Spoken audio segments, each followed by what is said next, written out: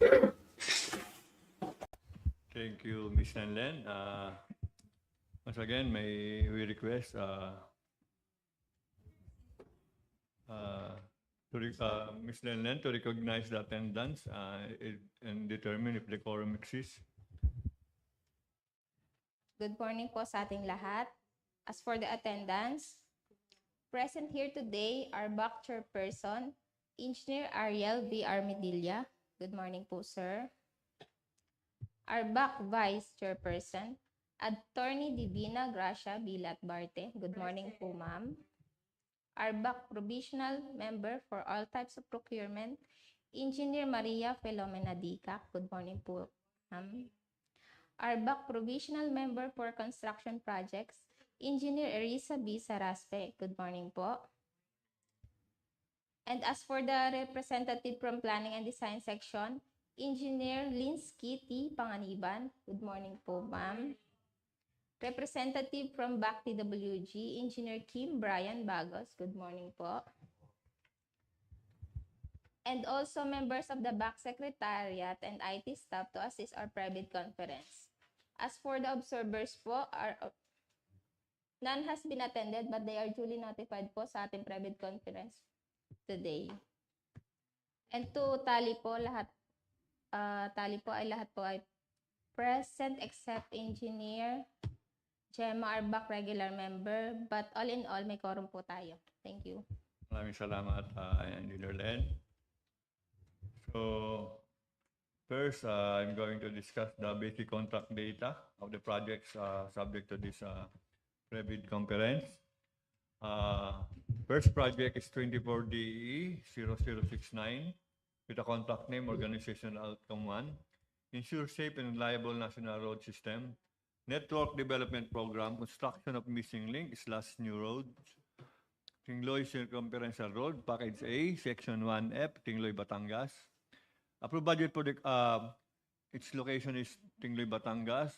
The scope of work is construction of gravel road with slope protection. And the approved budget for the contract is 67,550,000 with a contract duration of 264 calendar days. Secondly, contract ID 24DE0070. Contract name is Organizational Outcome 1. Ensure safe and reliable national road system. Network Development Program. Construction of missing link. New roads, Tingloy Circumferential Road, Tingloy, Batangas, Section A-7. Location is Tingloy, Batangas. And the scope of work, construction of gravel road with slope protection. Our approved budget for the contract is worth 49 million with a contract duration of 165 calendar days. Third project, contract ID 24DE0071.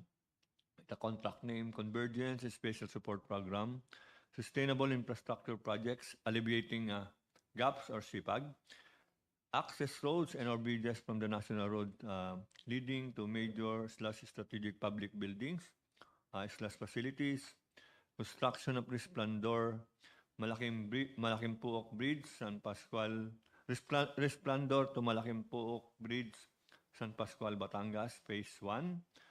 And the approved budget for the contract is 34,300,000. Next project, contract ID 24DE0072. Contract name, Organizational Outcome 2. Protect lives and properties against major floods.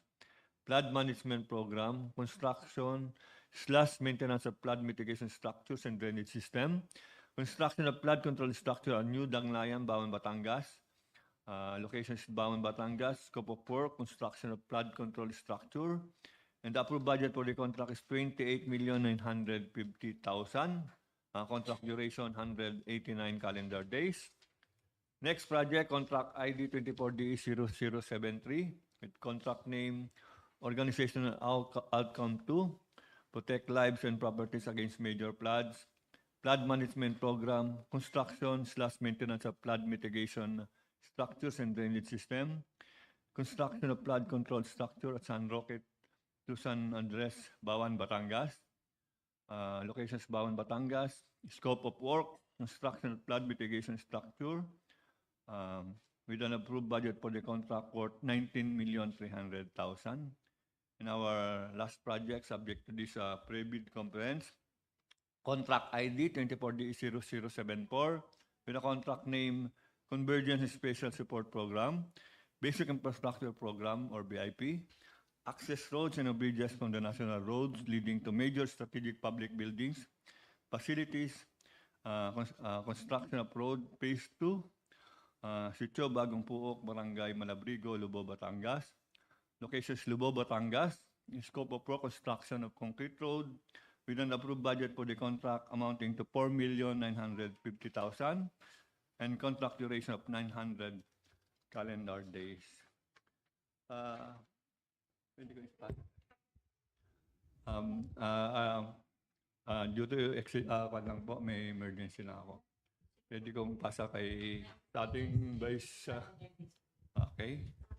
Ang kurente, it is 93 calendar days. So our vice chair will preside muna.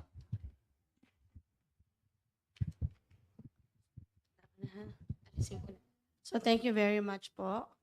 So to continue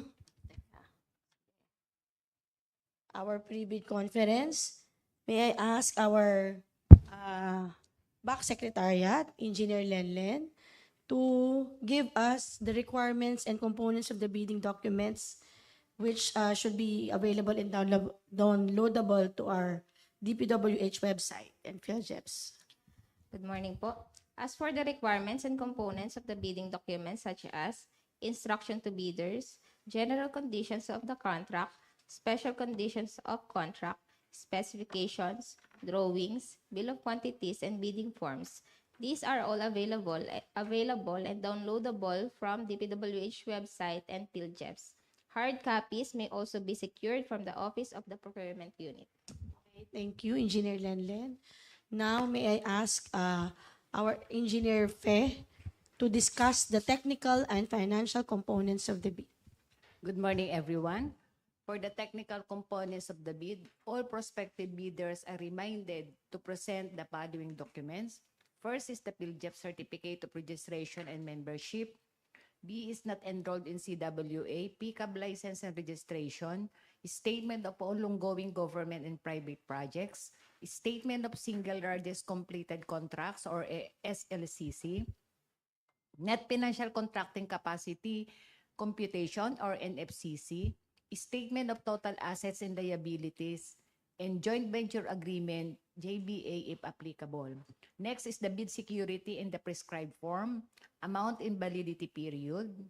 Next is the project requirements, which are organizational charts for the contract to be bid, list of contractors' key personnel to be assigned to the contract with their complete qualification data, list of contractors' major construction and laboratory equipment units owned, list in or under purchase agreements, supported by proof of ownership, list, purchase, and certification of availability of equipment from lessor, vendor for project duration. In the list is the omnibus sum statement. For financial component of the bid, the following documents are required. First is the bid form. Second is the bid prices in the bill of quantities.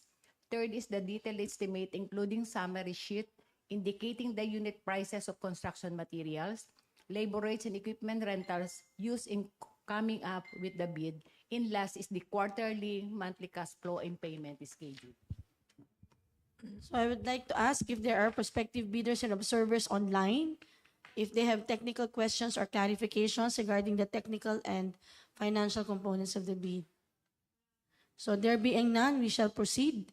May I ask Engineer Riza to discuss the eligibility requirements of our prospective contractors. Good morning po. For our prospective bidders to be eligible for contract IDs 24DE0069 up to 24DE0074, they must meet the following major requirements. Number one, they should be Filipino citizen or 60% Filipino-owned, yung kanila pong partnership or corporation, with PCAB license for minimum size range of at least B for medium A for 24DE0069, at least B for medium A for 24DE0070, at least B for medium A for 24DE0071, at least C and D for small b for 24DE0072, at least C and D for small b for 24DE0073, and at least C and D for small b for 24DE0074. Next is their net financial contracting capacity, or NFCC, must at least be equal to the ABC. Our prospective bidders are also reminded that this office will use a non-discretionary pass or fail criteria in the eligibility check, preliminary examination of bids, evaluation of bids, post-qualification, and award. Please be reminded also that in case there are conflicts between the submitted documents and the result of CWA eligibility checking, the eligibility results from CWA shall govern. Thank you. Thank you, Engineer Risa.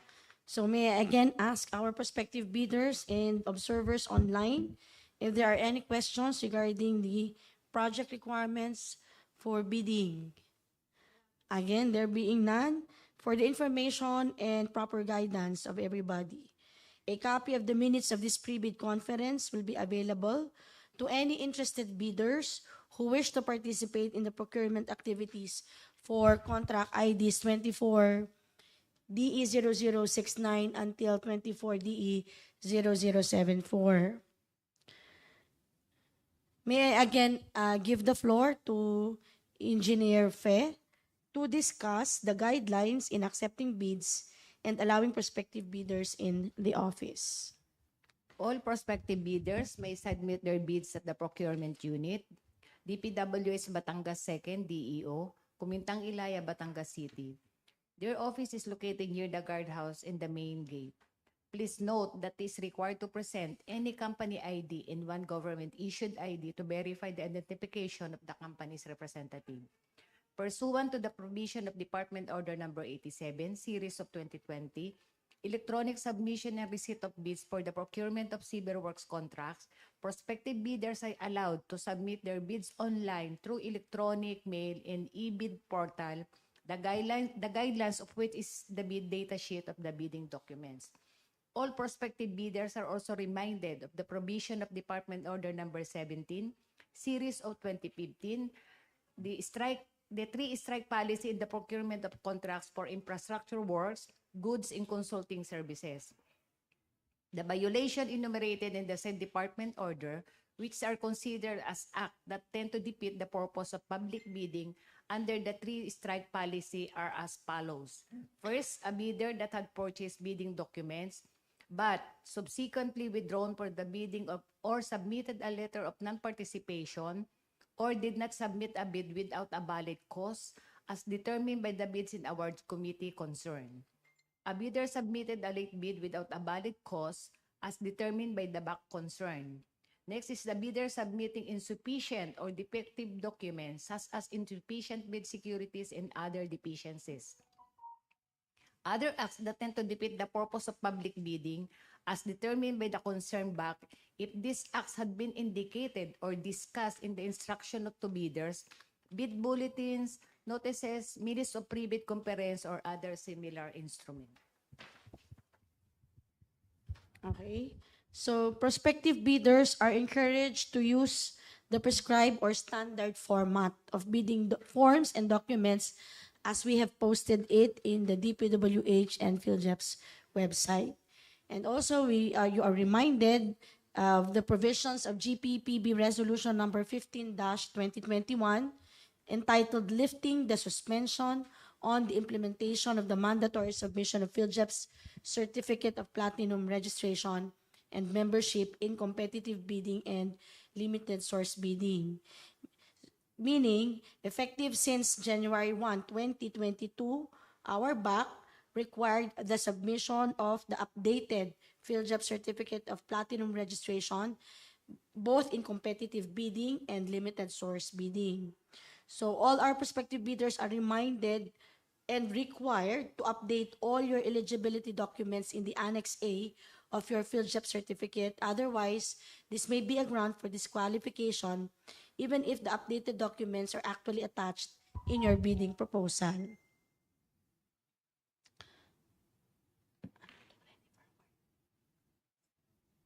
May saro. Okay. Ha?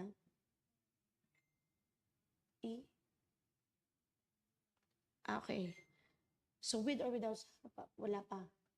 So ito pong ating subject of pre-bid conference.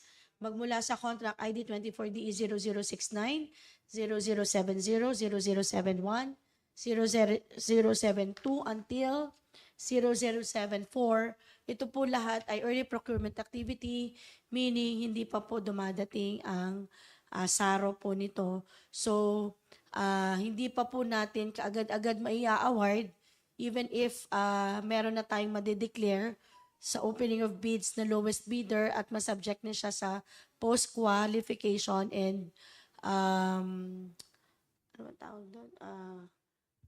Bid evaluation and post-qualification hanggat hindi po dumadating ang SARO. So meaning, risk po ng ating prospective bidders ang kanilang pagsali. Kung dumating po sa panahon na dumating na ang SARO at may nabago sa title nito or sa amount, ito po ay magiging subject po ng rebid. Pero huwag pong mag-alala, yung pong na-cancel ang bidding, ang inyo pong mga ibinayad sa bidding documents po ay maaari pong gamitin sa mga susunod pong pagsali ninyo sa future bidding po ng opisinang ito.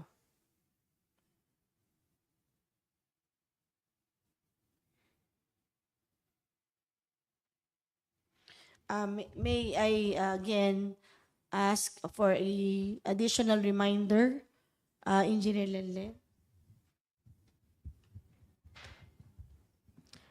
For the detailed estimates submitted by the bidders, the corresponding value of output per hour per scope of works and percentages of OCM, contractor's profit, and VAT shall be shown in your computation.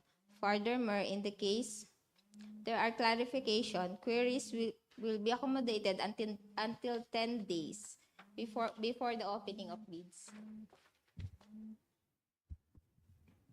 So at this point, we're going to ask Engineer Kim, our programmer and representative of the Planning and Design section, and also Engineer Linsky, if there are changes in the plans and program of work for the above stated projects.